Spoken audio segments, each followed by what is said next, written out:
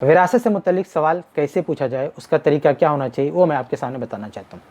और ये जानना इसलिए ज़रूरी है कि बहुत सारे लोग सवालात गलत तरीके से करते हैं, जिसके नतीजे में जवाब भी गलत हो जाता है। जो मुफ्ती जो जवाब देने वाला होता है वो ना चाहते हुए भी ऐसा जवाब दे देता है जो आपके केस का जवाब नहीं होता है, क्योंकि आप सवाल गलत कर रहे होंगे। अगर आप कॉल पे किसी को सवाल कर रहे हैं तो कोई जानकार आदमी है, वो तो वहीं पे क्लियर कर लेता है, आपसे पूछताछ कर लेता है और वो आपका केस पहले समझ लेता है, फिर जवाब देता है।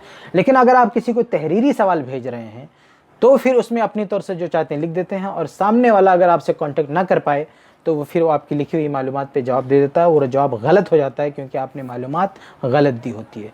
इसलिए मैं आपके सामने वाज़ेह करना चाहता हूँ कि जब विरासत से मुतल्लिक सवाल करना चाहें तो कुछ चीज़ें समझ लें। सिर्फ 3 चीज़ें आपके सामने वाज़ेह करना चाहता हूँ कि वो 3 चीज़ों पर ज़रा ध्यान दें आप। सबसे पहली चीज़ ये कि जब आप विरासत का मसला पूछें तो अक्सर लोग देखिए क्या कहते हैं, जब भी सवाल करते हैं तो कहते हैं कि एक आदमी का इंतकाल हो गया, 2 भाई हैं, 2 बहन हैं, जायदाद कैसे बटेगी। तो ये जो 2 भाई और 2 बहन कह रहे होते हैं ना, ये असल में मरने वाले के बेटे को भाई समझ रहे होते हैं और उसके बेटी को बहन कह रहे होते हैं, क्योंकि मरने वाले की जो औलाद है वो आपस में एक दूसरे के भाई बहन है, बेटा बेटी है तो आपस में भाई बहन है। तो सवाल पूछने वाले उसका रिश्ता मैयत से जोड़ के नहीं बताते हैं, आपस में रिश्ता 2 भाई बहन है, किसको कितना, भाई को कितना मिलेगा, बहन को कितना मिलेगा। ये सवाल गलत है। आप जब भी सवाल करें किसी आलिम से या लिख के सवाल करें तो आप ये कहें कि मरने वाले के 2 बेटी 2 बेटियां हैं, ये ना कहें 2 भाई बहन हैं, क्योंकि मरने वाले का भाई बहन अगर आदमी समझ लेगा तो मसला हो जाएगा।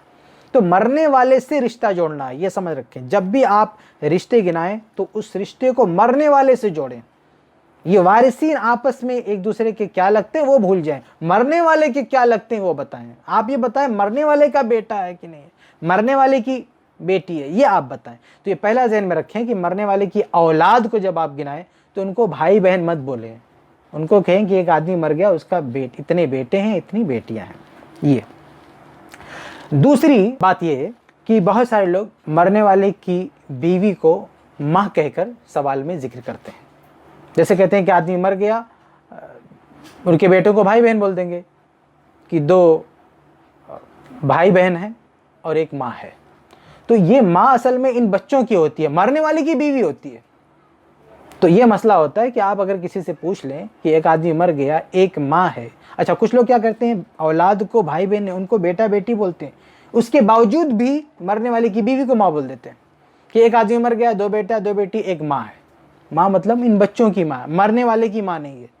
तो ज़हन में रखें जब भी आप सवाल करें तो उस औरत का रिश्ता मरने वाले से जोड़ें, मरने वाले की वो बीवी है ये बताएं, मरने वाले की माँ नहीं, क्योंकि माँ का अलग से हिस्सा है।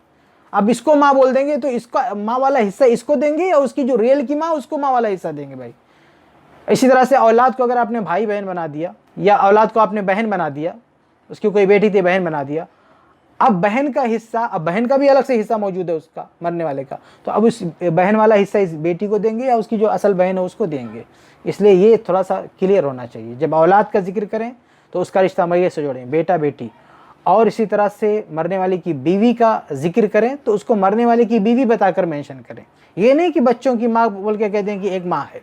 ये दूसरी गलतफहमी होती है कि मरने वाले की बीवी को लोग माँ कहकर बोलते हैं, माँ कहकर नहीं, उसको मरने वाले की बीवी बताइए।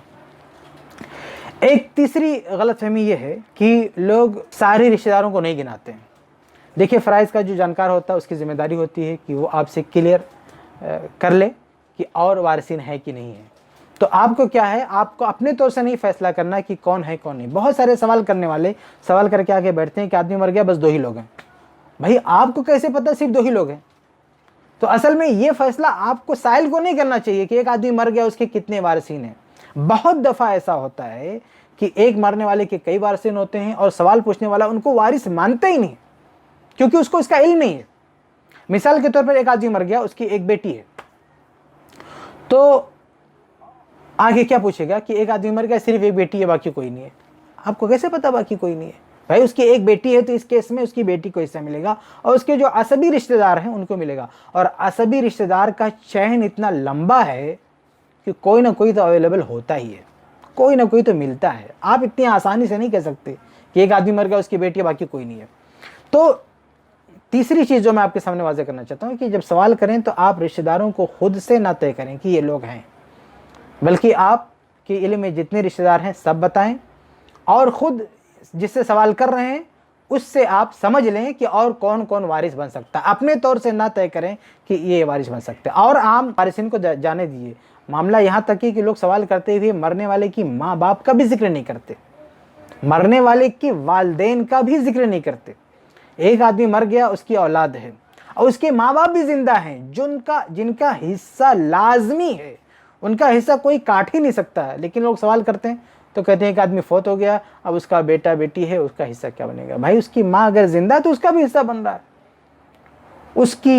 उसका बाप जिंदा है तो उसका भी हिस्सा बन रहा है, इसलिए उनका भी तस्करा होना चाहिए। अगर आपको नहीं आता है तो आप कम से कम ये फैसला ना करो कि इतने ही लोग हैं।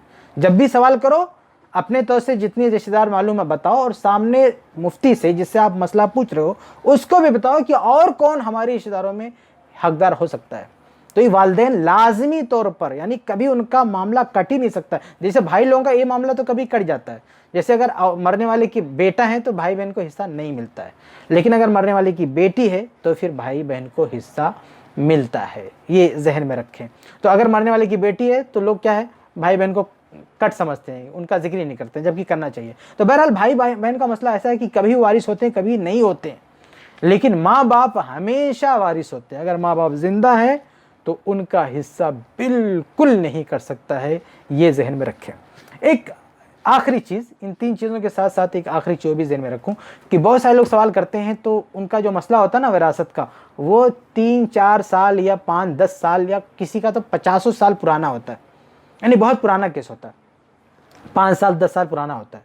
तो अब क्या करते हैं कि अब जो वारिसिन मौजूद है सिर्फ उनकी फहरिस्त देते हैं, इससे पहले जो मर चुके उनका नाम नहीं लेते, ये भी गलत है। अगर एक आदमी मरा और उस टाइम पे उसके जितने औलाद थे, जितने रिश्तेदार थे, वारिसिन थे, उन सब का हिस्सा बन गया, अब उसके 1 साल के बाद उनमें से कोई मर भी गया तो उसका हिस्सा ख़त्म नहीं होगा, बल्कि उसको भी हिस्सा दिया जाएगा। फिर उसको देने के बाद उसके जो दीगर अक़रबा होंगे उसमें वो मुंतकिल हो जाएगा, लेकिन उसका हिस्सा आप काट नहीं सकते। लेकिन होता क्या है कि लोग समझते हैं कि 5 साल हो गया, अब 2-3 बेटे थे, उसमें एक तो मर गया, अब उसका तो हिस्सा है ही नहीं, तो बाकी लोगों का हिस्सा। ऐसा नहीं है। अगर बाप से पहले यानी मरने वाले मुअर्रिस से पहले कोई वारिस मर गया तब तो उसका हिस्सा कट है, लेकिन अगर मुअर्रिस के वक्त जितने वारिसिन जिंदा थे, मुअर्रिस की वफ़ात के वक्त, मरने वाले की वफ़ात के वक्त जिंदा थे, बाद में उनमें से कोई मर रहा है तो उसका हिस्सा आप नहीं काट सकते। तो ये चंद वजाहतें थी मीरास का सवाल पूछने से मुतल्लिक। जब भी आप सवाल करें तो इन चीज़ों को ध्यान में रखें ताकि आपका जवाब गलत ना हो। अल्लाह से दुआ कि अल्लाह ताला हम सबको दीन का इल्म सीखने, सिखाने, आम करने की तौफीक दे। आमीन या रब्बल आलमीन।